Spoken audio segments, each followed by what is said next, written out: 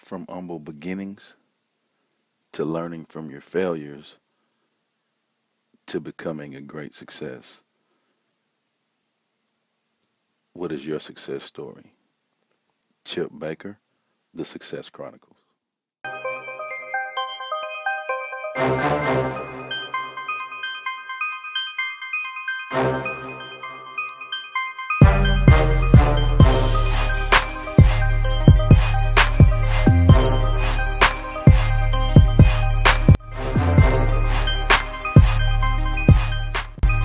What's your definition of success?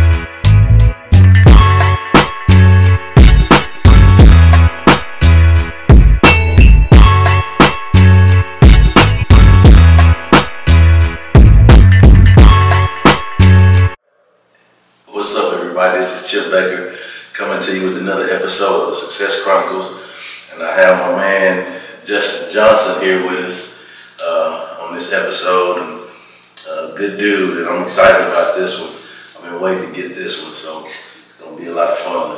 First of all, first question is how do we know one another, and or how did we meet? You want to tell that story? I mean, for me, I remember showing up at WT during tour days and. Coming from a small town and, getting there to play college football. Ran into two guys right off the bat, PT, Philip Thomas and Chip Baker. And one of the things I remember that was unique is that Chip was welcoming. I mean, it was, hey, how you doing? My name's Chip. Where you from? And just that introduction of saying, hey, we got you. So it started from there, and it was I think from day one. A1 since day one. It's just been that, so a lot of good times. So we were college teammates and had a lot of pretty cool experiences together. And I consider Justin like a brother to me, and so like I said, I'm real excited to do this one. I kind of tell my account just coming in. Just like he said, he's from a smaller town as well, just like myself. And the great thing about team is, you have an instant family. When your teammates, when you come in together, it really doesn't matter, where you're from, your background, what race you are. None of that stuff matters. It's just, we're a part of a team, we're part of a family. It's a brotherhood, and I truly think that. That's carried on in life. It wasn't just the times in West Texas, but there was some time where you've truly helped me and been there for me, and vice versa. And that's what it's all about. It is what it is. Yeah. So if you can, just kind of tell us your life story. I mean, for me, being a small town kid from West Texas, I grew up, complete home, mother and father. My mom was a registered nurse. My dad, done various different jobs and later, has permanent jobs with the highway department. But I grew up in a home, older brother, older sister, and, traditional, like you see on the Cosby's. I mean, we sat down and ate supper at the table. And y'all didn't do the dance on the steps? No, we didn't do the dance. Oh, okay. We was close to it though. I mean, it wasn't never a dull moment in Johnson's house, but we sat down and I think that's the one thing that's lost now that I really look back and very grateful for is a lot of the values and things that that I've learned in life happened between the age of as young as I can remember until a teenager, sitting around at the table with the food on the table, passing around, and everybody just chatting and discussing things. And I think that's one of the things that the generations now we've lost, because life is so fast-paced and different things, and how broken homes and those many things. But for me, that was always key, and my mom was always big about having a meal. My dad would come in at 5 o'clock after he got off work, and it was time to eat, supper, and, my dad, as they say, he got the big piece of chicken, that was, Pops got his plate, and then everybody else got theirs. So really got to, grow up, with those traditional style things that sometimes I think people see now as out of reach. So I was very fortunate for that. Growing up, I was, I had an older brother that was very talented, talented athlete, hit the ground running from the start. He was, I think, from grade school age, he was A1 from the beginning, and so, he played varsity football as a freshman and started, and just so many different things. So me growing up, I was 8 years behind him, so it was always, you as good as your brother, or you as fast as your brother, and that. And I learned, very quickly, I was not as talented as him, but I had some things and some skill sets, as long as I worked hard, that I could, strive to be. And one of the things I remember very vividly is in the 5th grade, basketball, because in Littlefield, a small town, we didn't have the Pop Warner football and all that. You didn't play football until junior high, but basketball was a big deal. And I remember in 5th grade, I had a lot of friends that I hung around that were really good. I was a guy that would come off the bench and score a couple of points, and I just remember sitting in the gym, and they had all the different teams, and there was no participation awards back then. You either you win or you did.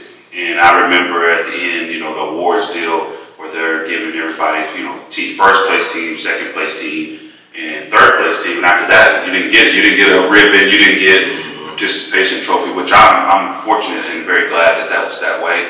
But they also would call up the all-star team, and they'd call them up, by name. And my 5th grade year, they started having an A team and a B team. And I remember my name wasn't called on either one. But I got to see all my friends up there being called up. And then later to see them at school with an all-star jacket on. Ooh. And, I don't have one. Ooh. I think as I look back on that experience, most times now, you would have parents that would be upset, or my son should be there. Or even as a kid, you'd be envious, or like, why didn't they pick me? But for me, it was like, I got to work hard to get to that.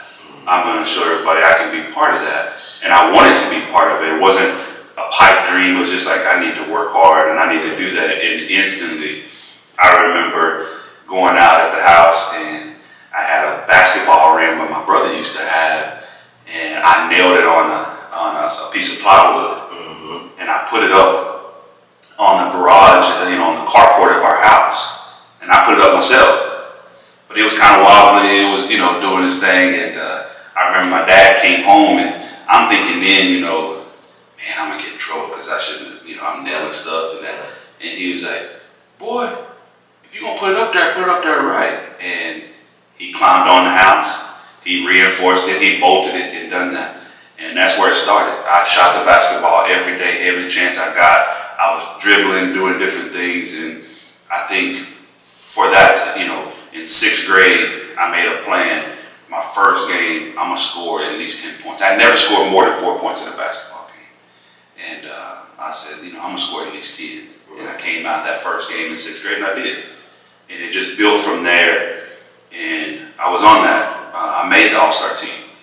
And I was one of the first few names called, which was huge too, because we all knew it was by votes. So if your name was called first, you had more votes than others. And I think I was the third, or second or third person called up. And we, from that Little Dribblers basketball team, we made it to nationals that year.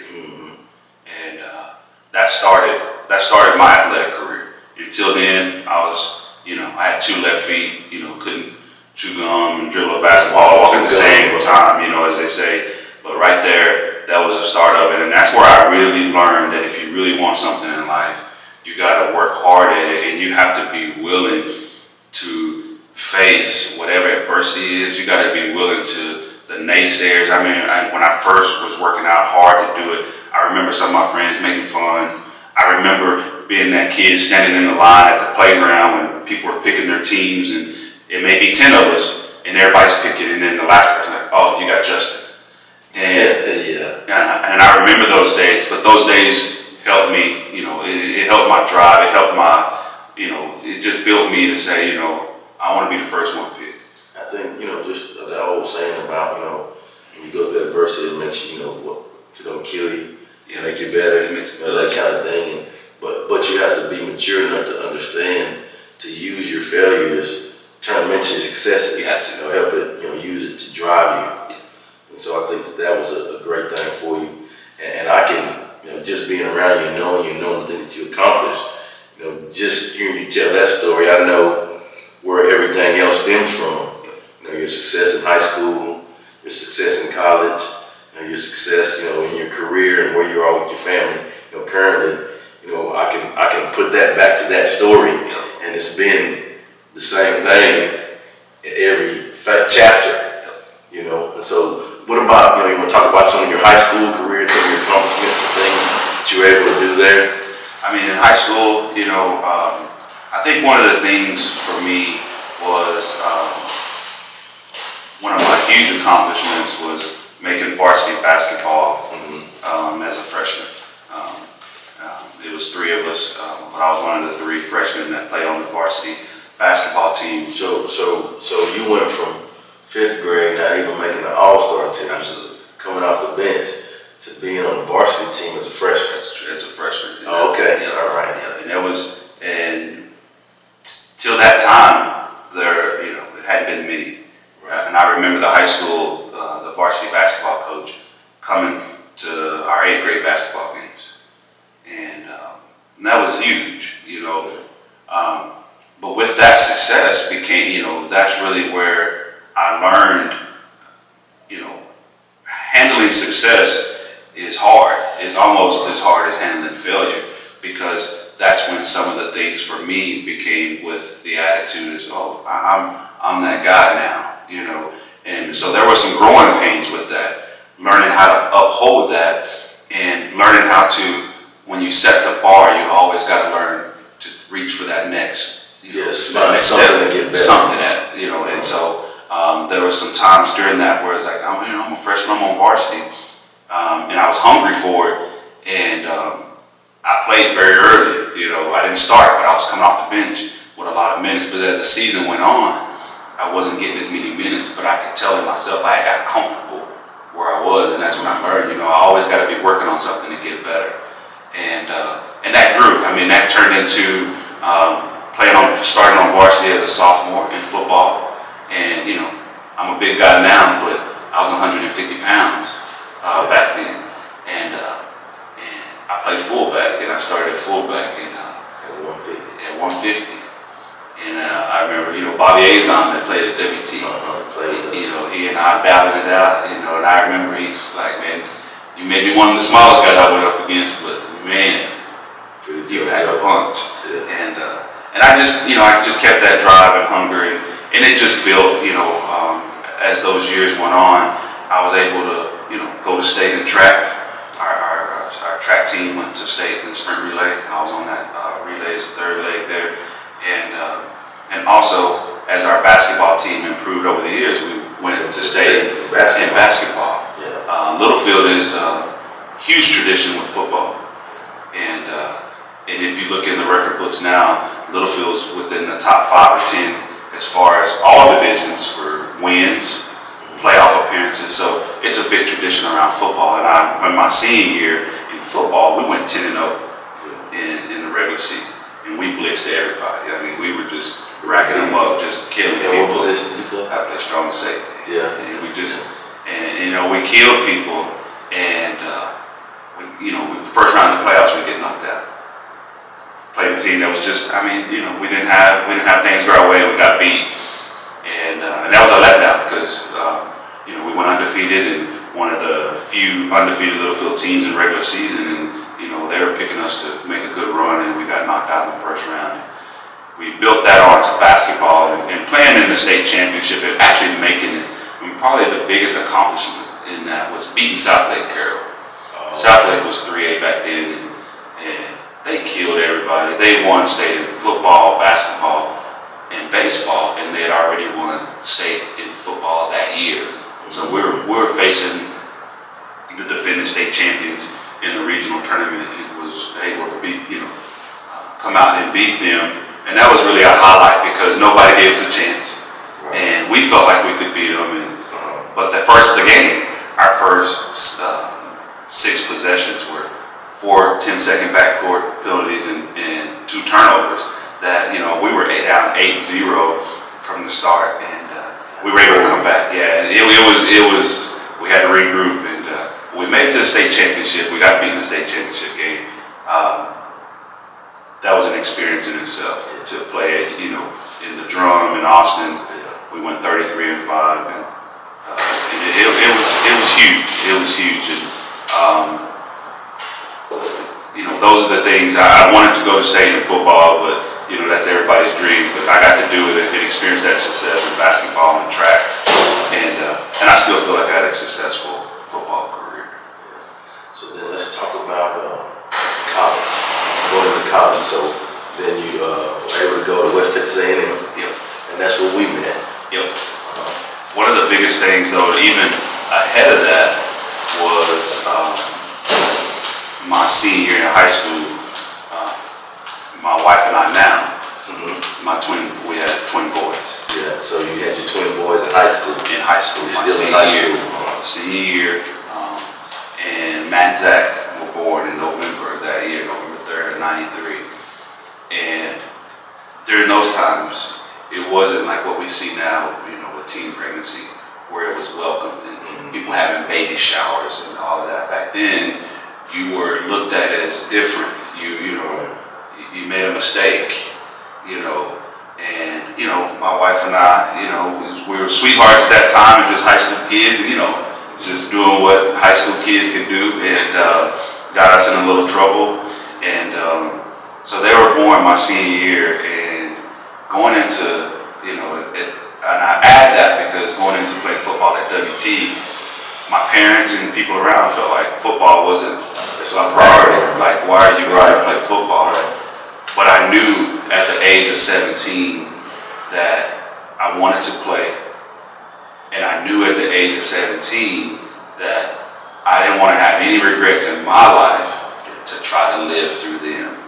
And so, and that's how I ended up at WT, because I had some other schools that I had visited and went to, and, you know, I wanted to go there and play, and my parents were like, no, you need to go somewhere close, and so, you know, met Coach Roboto, and it went from there. And, you know, walking into two-a-days, and the funny thing about that is that I met Coach Roboto in July. And as we all know, recruiting happens way before then. And I'm coming to this guy and saying, hey, here's my film. I want to play football. I feel like I can play college football. And he called me pretty quickly after I left him my tape and said, yeah, I don't have any scholarships, but you can come, you know, walk up to the team, and I don't regret that experience at all. No.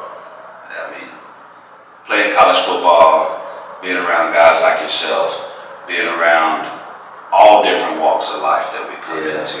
I mean, at that time, guys that were older, guys that had played at different places and transferred, guys that maybe had been in trouble and done some prison time and, you know, still wanted to play football. I mean, it was just all walks of life. And that was my first experience being a small town West Texas kid that comes from an area that's predominantly Caucasian, not very diverse, and being around majority, you know, of guys. I mean, it was minorities. Yeah, diverse. It was very diverse. It was real diverse. It was real diverse. But I think one thing too is, we talked about this, you know, when we had our reunion. You know, we had, I don't know how many years.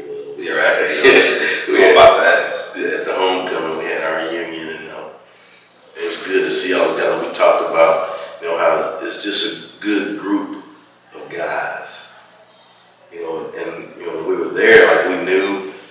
you get the feel, oh yeah, good guy, good folks, But as time goes on, doing the right things in life, everybody's successful and taking care of the business. So I think that's truly a blessing to be surrounded by good people.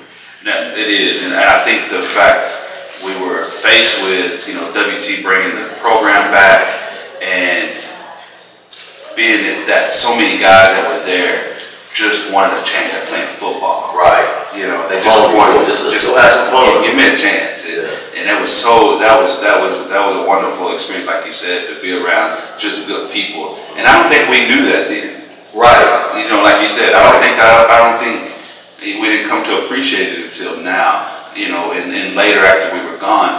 But the unique thing for me that I kind of started, I think, my track seeing it sooner was when we had the coaching change. And that coach had brought in a whole different group. And you could tell the difference. It's different. It was different. Yeah.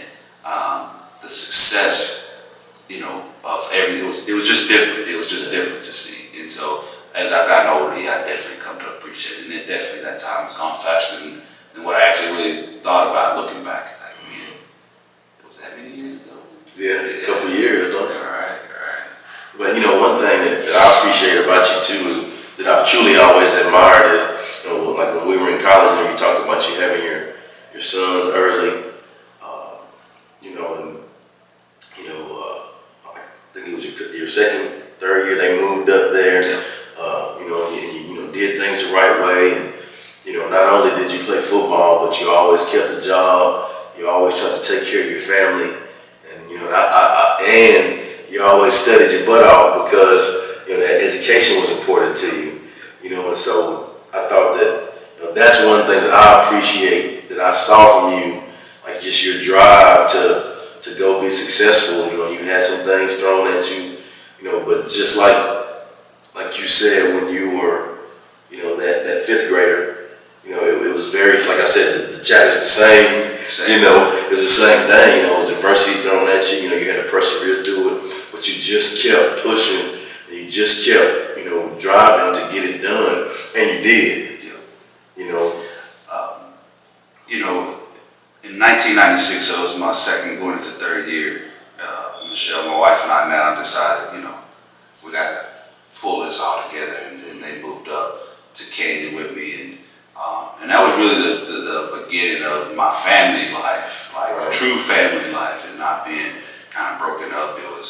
And I knew in order to continue to play the sport, and in order to do the things I needed to be successful, that there were sacrifices. It had to be together, and then there had to be sacrifices made, and that sacrifice was free time. I didn't have any. All that other stuff, I can't do that. Can't do any of it. Yeah, I can't go party. I can't go, chit chat and sit in the JBK back then and Jack B. Kelly, where we high side and spend time. I had to get up and go to class. I had to start scheduling morning classes. I had to, go to practice in the afternoons and then work my job that I was fortunate enough to work at night to be able to provide and support for them. And that was just a building process for me and my wife now, with that was because we always knew we had a bond. Right. But I don't think we knew as high school kids that, we just were like, I like you, you like me, kind of that deal. That yes or no. But it was at that time when we really learned that we both had the same drive. Now, we were brought up differently. We had some different things about raising kids and all of that. But we both learned that we had a drive and a competitiveness for that goal down the road. And really that stemmed from, like I said, my raisins, going back to sit down at the table and having those discussions and hearing my mom and dad talk about if you want anything great in life, you got to work hard for it. Learning, hearing from them or saying sometimes in order to do great things, you have to sacrifice, and you got to be willing to sacrifice, and you got to be willing to just, all out grind in order to get there. But not only did they tell me that, they showed you. I saw it. Yeah. I saw it. Right. And I remember when I got into nursing school, so this is towards the end of my football career, when I got into nursing school, where that became key. And it's just tidbits, I think, as you grow, you learn, and you have those flashbacks. And I remember, and never had thought of it until this time, but I was in nursing school, finishing up my football career, having to study my butt off and work and do that. And I remember one day when I was just kind of like, man, do I really, I mean, this is, a lot of this, it was overwhelming. You was having that conversation. Yeah, it was like, do I want to just do something different? And I just remember, as a little boy, walking by my mom when I've always been a nighttime person and staying up late or wake up. And I remember as a kid, kind of that 7th, 8th grade, I woke up in the middle of the night, hungry, wanted something to eat. And I remember walking to the kitchen, and I remember seeing my mom sitting there with her book open, and she was studying. She was an LV and transitioning to go to school to be an RN. And I remember seeing her during that time, and I remember that time. And, prior to that, I remember how our family lived. It was, we had to we didn't have as much. Right. We had to stretch things out. We were on a budget. We were, as far as my clothes versus some of the kids I went to school with was not the same. But then when she got that. And I remember at the end when she graduated, as a kid I didn't understand. I just knew our lives changed. Yeah. We were no longer always just at maybe some different thrift stores or Kmart. We were in the mall. We were shopping at Dillard's. I would say, hey mom, can I have some money? And she would hand it to me and things like that. And so I knew where that came from. Later, as looking back, and I'm like, that's what I have to do. I gotta do that. That's what I have to do. If I want to get there, that's what I have to do.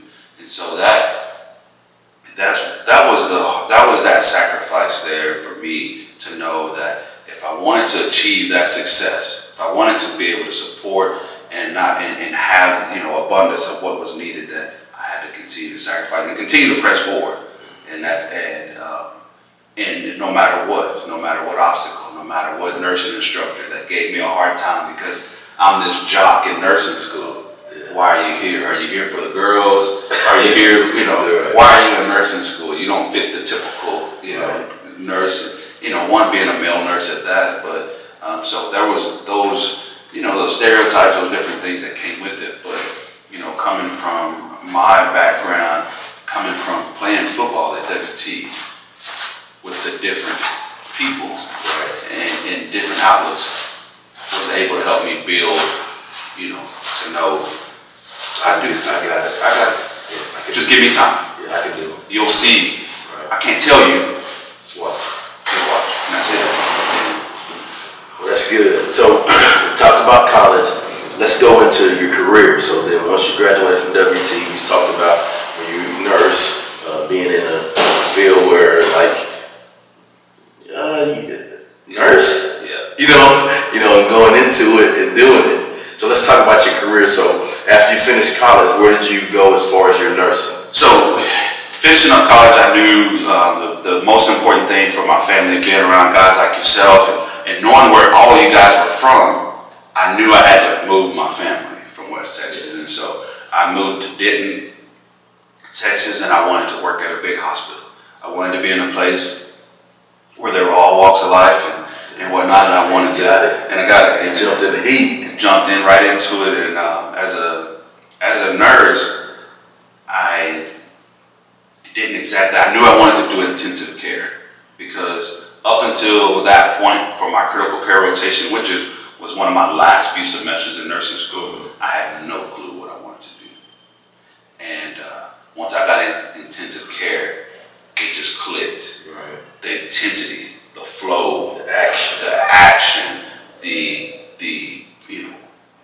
all the steps, all the things, the quick thinking, just the different things that instill as an athlete, as a person that loved to be on the stage, playing in the state championship game, doing those. I wanted that for you. Yeah, it was, and I used that to, and I started working in trauma ICU at Harris Methodist in Fort Worth, and work with the trauma docs with the gunshot wounds, the stabbings, the major car accidents, the head trauma, you name it, we got it. And quickly, what I learned when I got there as a new nurse and going through their internship, I was ahead of a lot of people that were in my same internship class. There was about 10 of us. And I was ahead of a lot because I had a lot of experience, but I had a lot of adversity, a lot of people pushing me, some for the right reasons, some for the wrong reasons, but it did not matter. Your life experiences help you be It helped at that. And so with that, I was able to articulate, explain things, understand the processes of caring for a critical care patient very quickly. I got off orientation very quickly. And a year and a half into my career at Harris, the nurse manager, just out of the blue one day, says, the clinical coordinator, which was the assistant manager of the unit, if you will, came and said, hey, we're going to have a position open. I want you to apply. So, what are 3 things you have accomplished in your life that you're proud of? I think the most important thing I feel like in life that I'm proud of that I've accomplished is one, being a father. Being a father that, you know, I feel like with my kids I'm realistic, that I don't, you know, Sugarcoat it, straightforward, straight shooting. no pipe dreams, it's just straightforward and just, you know, letting them know where they are, you know, and being honest. And I think that's my biggest accomplishment, I feel. I'm also proud of my degree, and most importantly because it's a degree in nursing. And again, being that male nurse, and a lot of things that I've explained and talked about, you know, the adversities, the ups and downs, the sleepless nights, you know, very proud of that. Other accomplishments, you know, honestly, I think I pride myself on just trying to be the best person I can be at all times. I'm not perfect. Never claimed to be. I've made mistakes, made some, you know, done some things I'm not proud of. But I think all to all, what you always get from me is that consistency, that I'm always gonna try to be the best person that I can be. Give you what I got, you know, no matter what it is. If you need a hug, if you need a kind word, or just whatever, I'm just gonna always try to be a joke, whatever, you know. I just feel like my biggest thing, I just want people to be taken care of. I want people to feel like they have some value, that they're okay. You know, and I would say those are some of the things, that I look at. You know, very proud of my athletic career. You know, I feel like, you know, accomplished some things that, you know, not everybody gets to experience or do. You know, as I look back now, I mean, you know, would I have liked my college career to be better? Probably, but it doesn't hold me back. It's like, you know, it was still good to finish it, to do it, to start something and finish. And you know, though, that's probably, you know, what I just proud of. What is your definition of success? My definition of success, again, I think it's being comfortable, not being easily offended, being able to accept everybody for who they are, but more importantly, accept yourself. Be comfortable within yourself to challenge, to strategically place yourself in spots to keep moving forward, to not be complacent, to get up and go to work if you're able to work. You know, to get up and chase the American dream that really truly is there. If you want it, you can have it. There's nothing that hold you back. There's nothing. Just go get it. Just yourself. That's the only person that can hold you back is you. And that's what I truly see, and that's what I see in successful people. Is they're not willing just to accept what they're given. They're always trying to make that next step.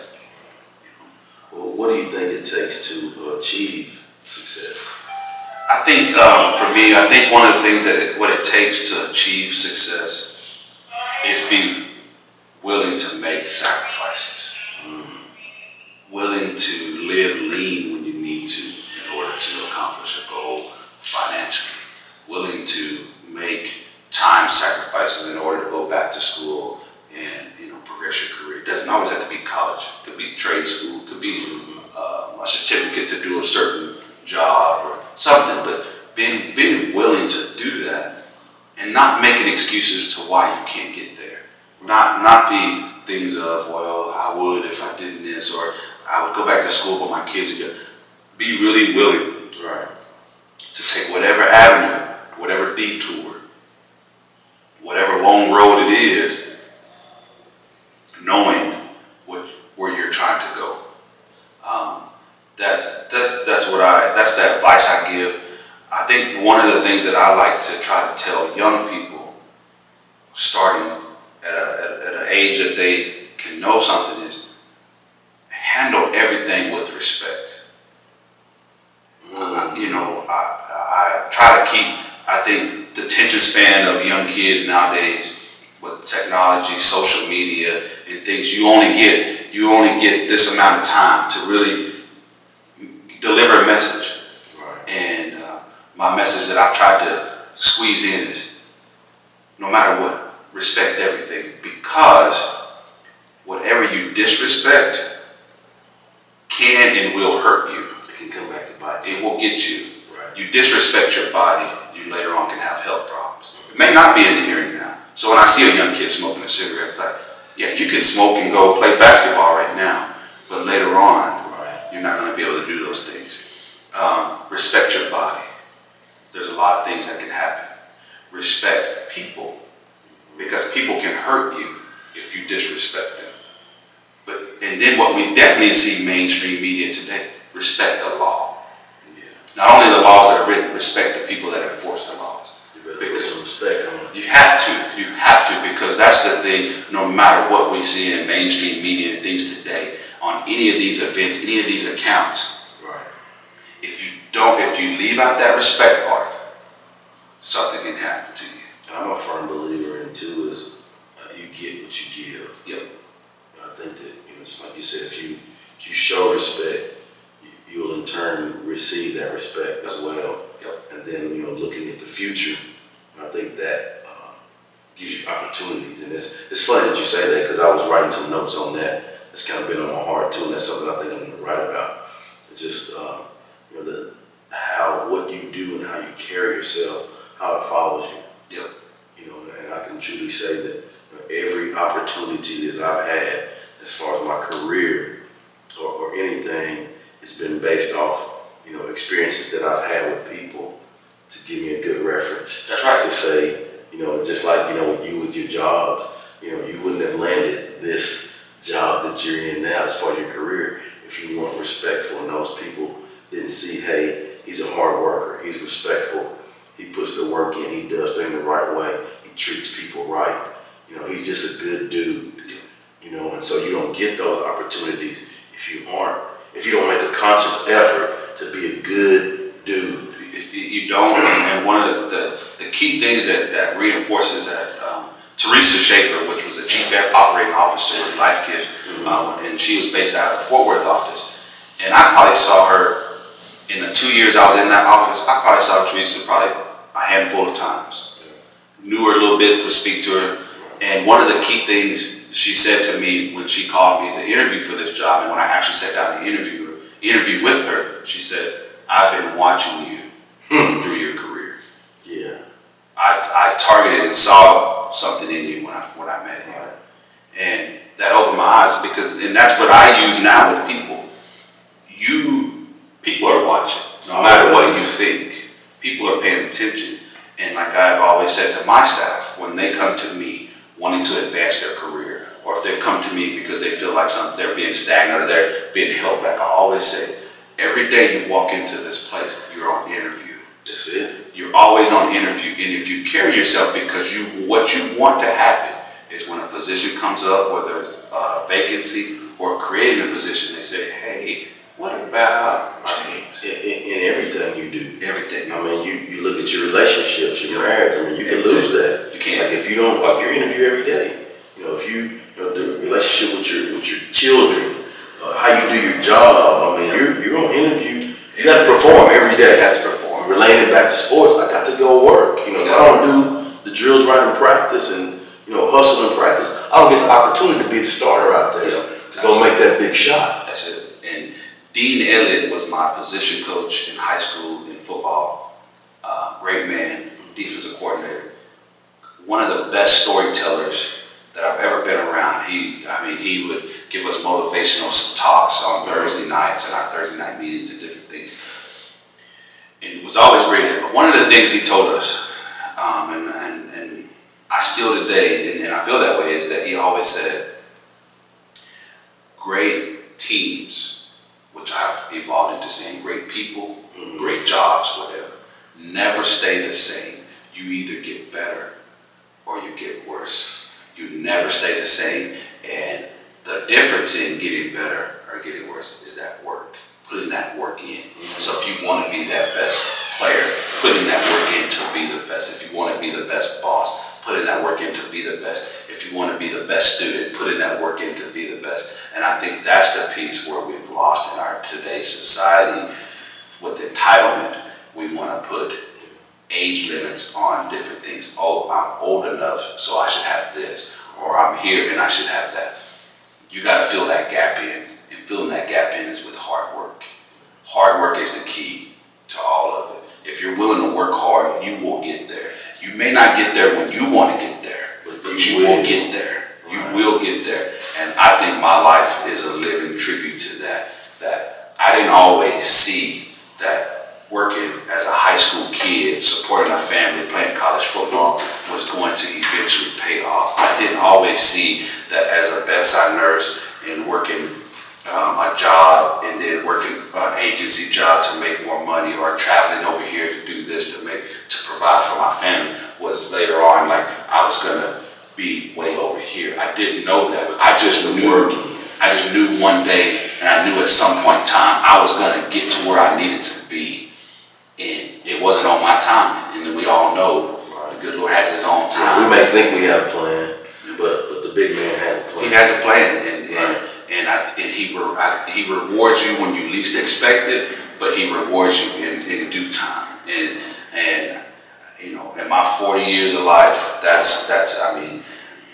I know when I leave this place, that's how I want people to remember me, is just saying, you know what, no matter how Justin was, whatever, he was always the same as that kid that was running the streets in Littlefield, Texas and playing around, to in his professional job. He was always the same person, give you what he got, but one thing is, he's always a hard worker. He's always willing to pitch in and do the things. And as a managing director, you talk to my staff now, they will tell you there's no job that I won't do.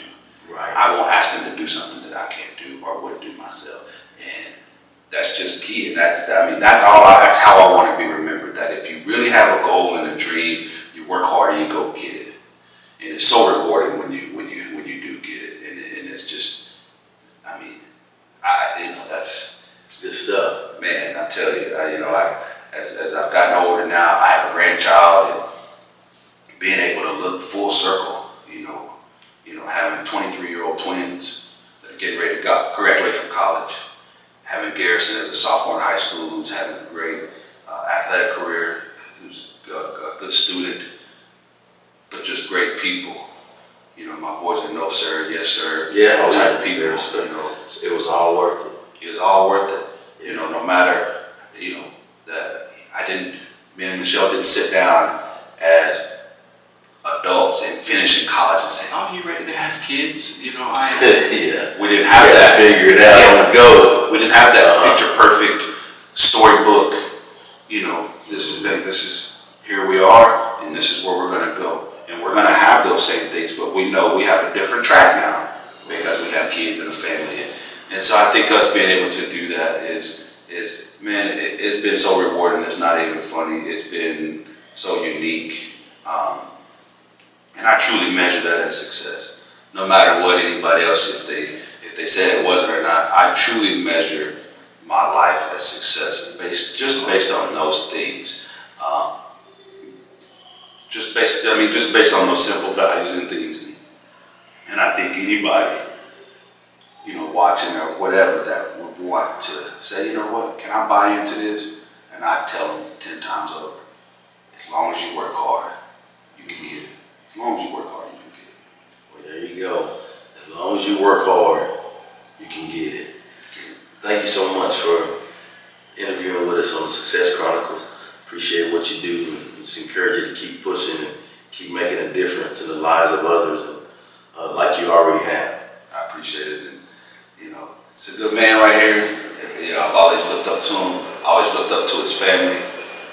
They're just surrounded by good people. And to finish that off, that's part of the Success Chronicles. Yeah. You being able to do these interviews is because that's the one thing you've done. You've surrounded yourself with good people.